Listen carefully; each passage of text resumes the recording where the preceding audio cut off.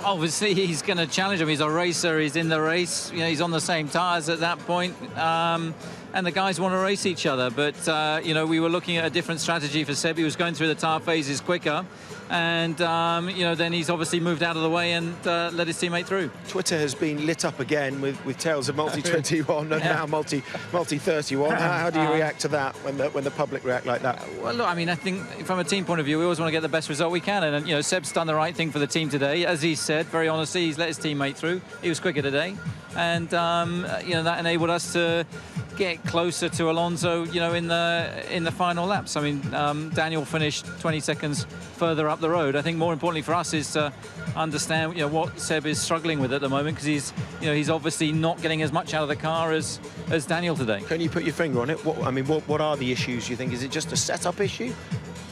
I think so, and we know that Seb is very, very sensitive to you know, the car, how it enters into a corner, and at the moment he hasn't got the feel that he needs from the car. And unusually for Sebastian, yeah, he's been so strong in looking after these Pirelli tyres that we know are pretty delicate, and he's struggling with that at the moment because he's not being able to read the tyre, he's not being able to read the car as much as he usually does. And as soon as he gets on top of that, bang, he'll be right back. Yeah, and Christian, you're talking about what Sebastian has been able to do in the past, but the new boy has come in. Normally it takes you sort of a bit of time to sort of settle down, but he's settled down so quick. What is his strengths?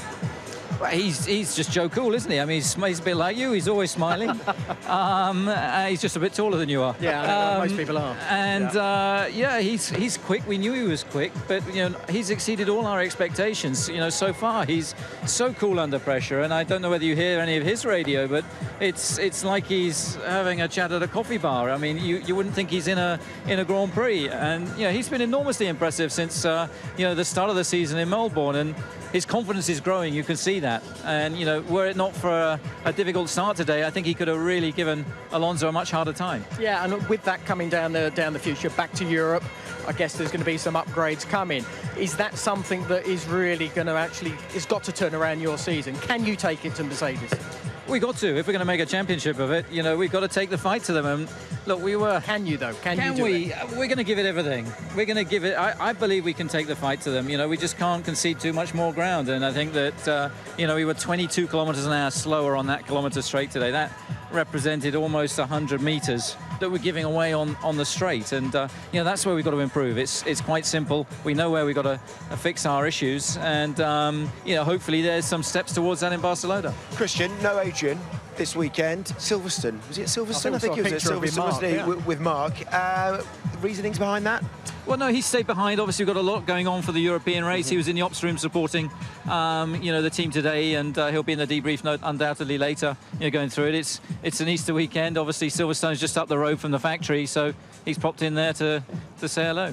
Okay, what are you going to be saying, just finally, to Sebastian? Just, you know, he's going to be a disappointed lad at the moment, and this is a sort of foreign situation for him. How do you get him back and his spirits high? Because he seemed to have been a bit subdued all season so far, in terms of when you listen to him on team radio and interviews as well. He's clearly not a happy man.